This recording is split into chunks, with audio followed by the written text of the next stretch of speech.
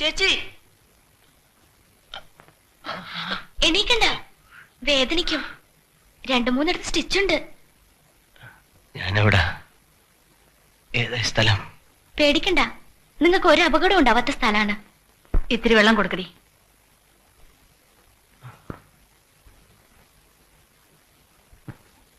വിനു, ഇങ്ങോട്ട് പോരൂ.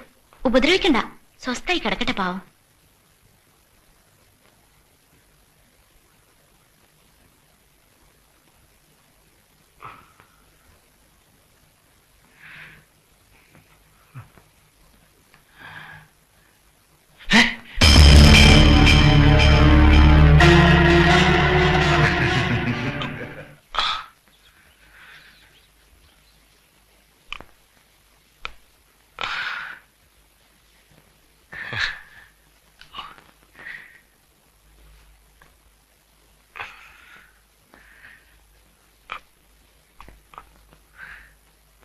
എന്തായി കാട്ടണത്?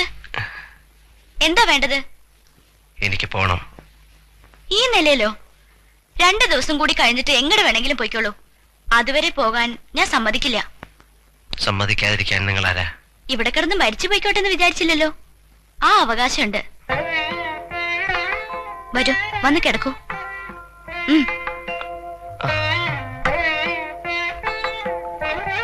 നല്ല പൊടിയേരി വെക്കണുണ്ട്. കാലായാലും അത് കഴിക്കാം.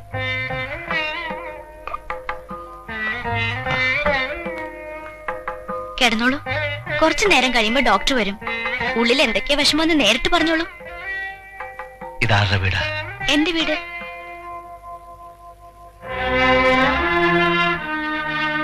അത് ഞങ്ങളുടെ പപ്പ. അറിയോ? അറിയാതിരിക്കില്ലല്ലോ അല്ലേ?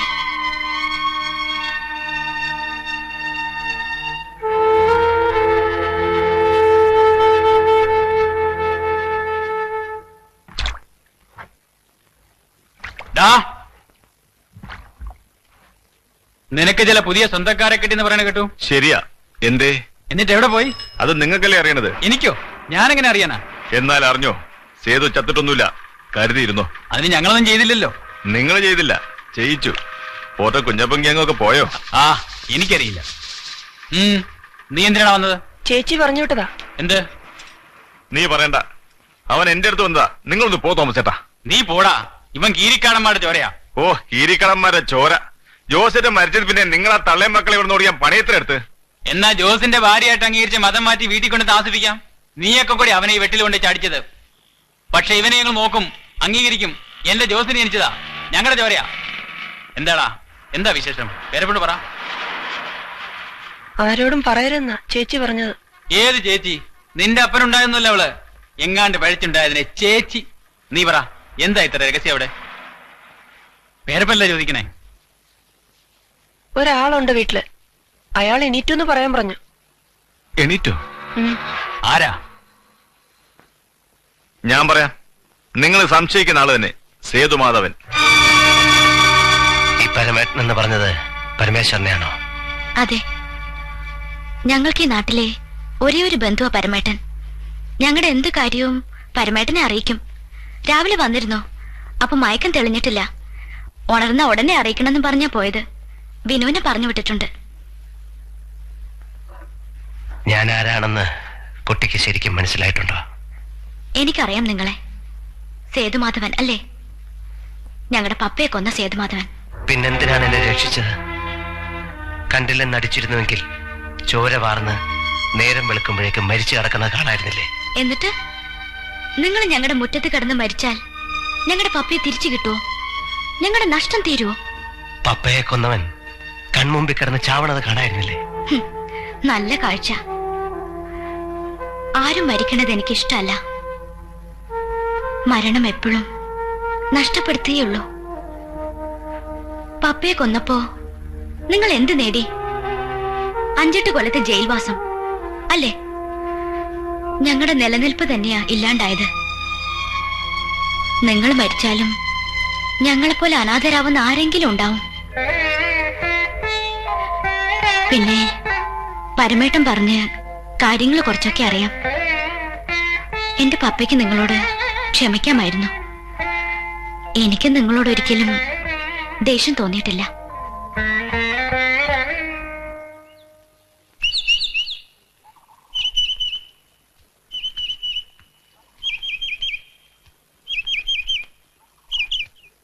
ഇനി നിങ്ങൾക്കൊക്കെ കുറച്ച് കാരുണ്യം എന്നോട് കാട്ടാമോ?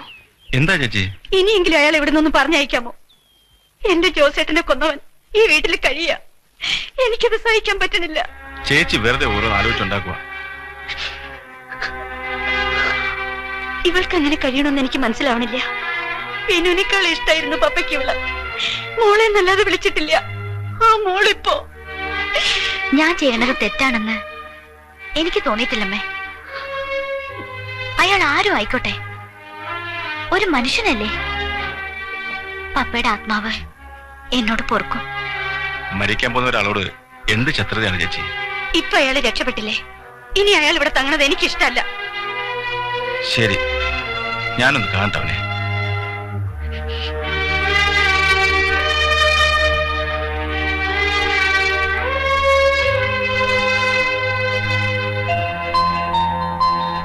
മോളെ, പപ്പായ്ക്ക് ചോറിരിക്കുന്നുണ്ടോടി? അതെന്ത് ചോദ്യ? ദിവസം ഇയാളുടെ പങ്കെടുത്ത് മാറ്റിവെക്കും 3 നേരം. ആ ഒരു ഉറപ്പേ എനിക്കുള്ളൂ. എന്റെ വീട്ടിലുണ്ടാവില്ല അത്. എല്ലാവർക്കും എന്റെ പണം മാത്രം മതി. ഞാനൊന്ന് വീണുപോയാൽ ആരും ഉണ്ടാവില്ല. പപ്പ, ഇനി ഇതൊക്കെ നിർത്തിക്കൂടെ പപ്പ? അങ്ങനെ അങ്ങ് നിർത്താൻ പറ്റുമോ? ഞാൻ തല പതുക്കി ഒന്ന് താഴ്ത്തിയാൽ അടിക്കാൻ തരം നോക്കി ശത്രുക്കൾ നിൽക്കുന്നുണ്ട്.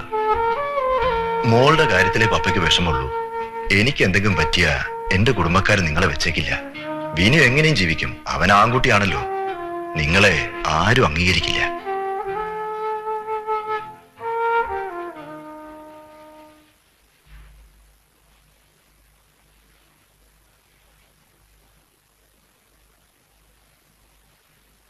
കൊണ്ടുപോകണോ പരമേട്ട? അതെ, അതാ നല്ലത്. അമ്മയോട് നമ്മൾ പറഞ്ഞാൽ മനസ്സിലാവും.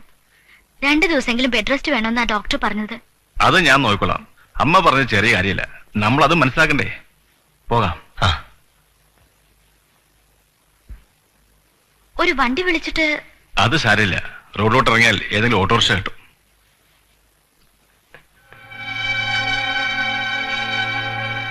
കുട്ടിയോട് എന്താ പറയേണ്ടതെന്ന് എനിക്കറിയില്ല.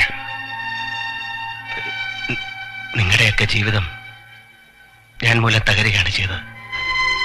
പക്ഷേ ഇപ്പൊ എന്റെ ജീവൻ നിങ്ങളൊക്കെ കൂടെ തിരിച്ചു തന്നു. പറഞ്ഞു തീർക്കാനുള്ളതല്ല അതൊന്നും. മറക്കില്ല.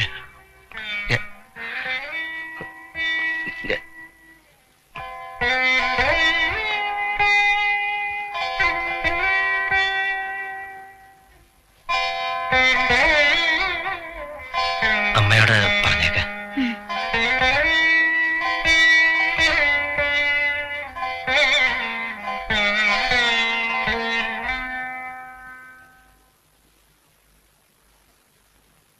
എന്തിനാണ് അവിടെ ഒന്ന് എത്തി നോക്കുന്നത്? പോലെ നടന്നു.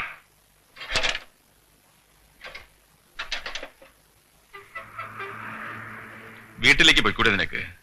ഇല്ല, വീട്ടിലേക്കില്ല. ഈ രൂപത്തിൽ പ്രത്യേകിച്ചും. എന്നാലൊരു കാര്യം ചെയ്യാം. നമ്മുടെ തമിഴിന്റെ ലോഡ്ജിൽ ഒരു മുറിയെടുക്കാം, ഭേദാവണവരെ. പിന്നെ ഇങ്ങോട്ട് പോരാം. നിങ്ങൾ എന്താ ഈ ആലോചിക്കണേ?